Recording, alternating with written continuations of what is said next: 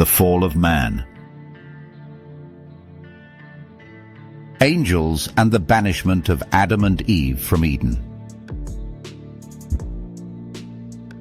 Have you ever wondered what the Garden of Eden really looked like?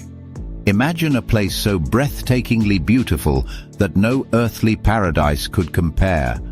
A place where life was perfect, until one fateful decision changed everything. But here's something that's often overlooked. What role did angels play in the dramatic expulsion of Adam and Eve? And why did God place them at the entrance of Eden, wielding a flaming sword? Stick with us to the end, because the answer reveals a deeper mystery about humanity's fall and God's divine plan. The Garden of Eden, a paradise beyond imagination. Picture this: a lush, vibrant paradise where crystal-clear rivers flow through rolling meadows of emerald green grass. Trees laden with the juiciest fruits imaginable stretch toward a sky that never darkens with storms, where the air carries a fragrance sweeter than any flower on earth. The very ground beneath Adam and Eve's feet shimmered with life, nourished by rivers that flowed directly from the heart of the garden, the Pishon, Gihon, Tigris, and Euphrates, Genesis 2:10-14. Every creature lived in perfect harmony. Lions lounged beside lambs, birds sang melodies unknown to us, and the whisper of the wind carried the voice of God in the cool of the day. But here's something intriguing. If Eden was already so extraordinary, what must the tree of life have been like? Could its fruit have been the key to eternal life? And why was it necessary for angels to guard it after the fall? We'll get to that, but first, let's talk about the test that changed everything. The first humans' experience in a beautiful, perfect world. Adam and Eve were not just inhabitants of Eden, they were its caretakers, stewards of a world untouched by corruption. They experienced an intimacy with God that we can scarcely comprehend, walking with Him, talking with Him, feeling His presence as naturally as we feel the sun on our skin. Every bite of fruit, every breath of air was saturated with life, with joy. They never knew pain, sorrow, or death. But they also lived under a divine command, a single rule.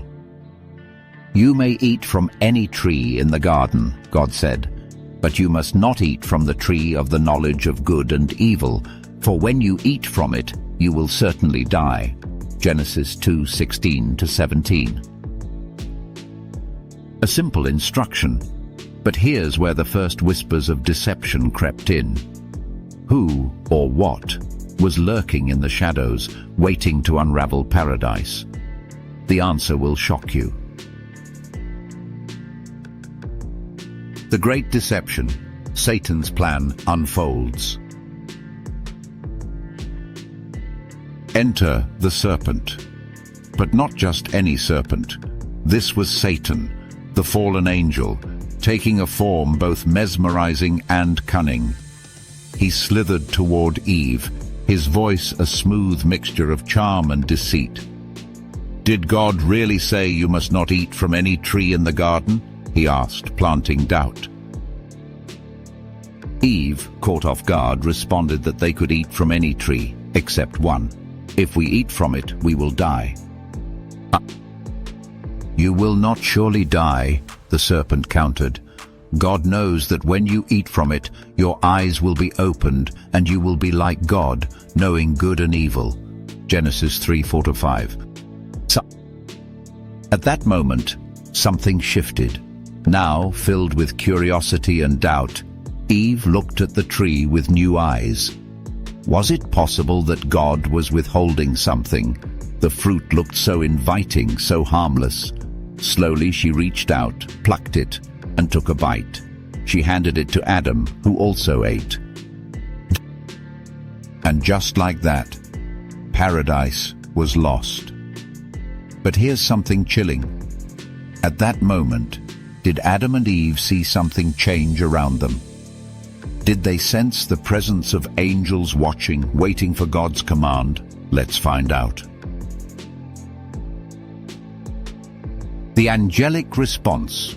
Guardians of holiness. As the weight of sin fell upon Adam and Eve, their eyes were opened, but not in the way they had hoped. Instead of divine wisdom, they felt shame, fear, separation. They covered themselves with fig leaves and hid when they heard God walking in the garden. God called out, "Where are you?" When Adam and Eve emerged, their excuses spilled forth. But God's judgment was swift and just. Cherubim swept in. The serpent was cursed to crawl on its belly. Eve would experience pain in childbirth. Adam would toil for survival. And then came the ultimate consequence. They were banished from Eden. But here's where things take a dramatic turn. Their exit was not just a sad farewell. It was a moment of divine enforcement. God stationed mighty cherubim at the entrance of Eden, brandishing a flaming sword that turned in every direction. Genesis 3:24. What did these angels look like? If you're picturing gentle, haloed beings with soft wings, think again. The angels who guarded Eden. Cherubim are no ordinary angels. Oh no. Described in Ezekiel as powerful, multi-faced beings with 4 wings, they are fearsome warriors of God's presence. Their very presence is a declaration of divine holiness. The flaming sword, not just a weapon, but a barrier of pure celestial fire, ensuring that no sinful being could ever approach the tree of life again. Could these angels still be standing at the entrance to Eden today? If Eden was never destroyed, but merely hidden from human sight, is there a realm where these warriors still stand guard? The implications are astounding. Life after Eden, a fallen world. Cast out into a world of thorns and hardship, Adam and Eve knew they had lost something beyond words. The ground that once yielded fruit effortlessly now required sweat and toil. The peace they once knew was replaced by sorrow. The presence of God, once so near, felt distant. But even in their punishment, there was hope. God provided garments of skin, an act that foreshadowed the ultimate sacrifice that would one day restore humanity's relationship with Him. And here's a thought. If angels were present at Eden's closure, what role might they have played in guiding humanity afterward? Did they watch over Adam and Eve? Did they intervene in the course of history to lead people back to God? The Bible is filled with accounts of angelic encounters, but could these same cherubim have had a role beyond Eden? Conclusion: a divine mystery. The fall of man is more than just an ancient story. It's a narrative that defines our existence.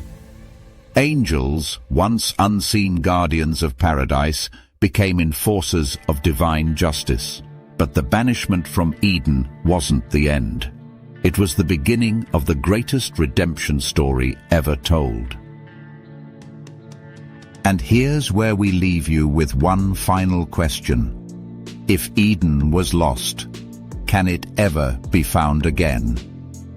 The answer lies not in a place, but in a person. The one who would come to undo the curse of sin and open the gates to something even greater than Eden. Stay tuned as we explore more mysteries of angels, demons, and spiritual warfare.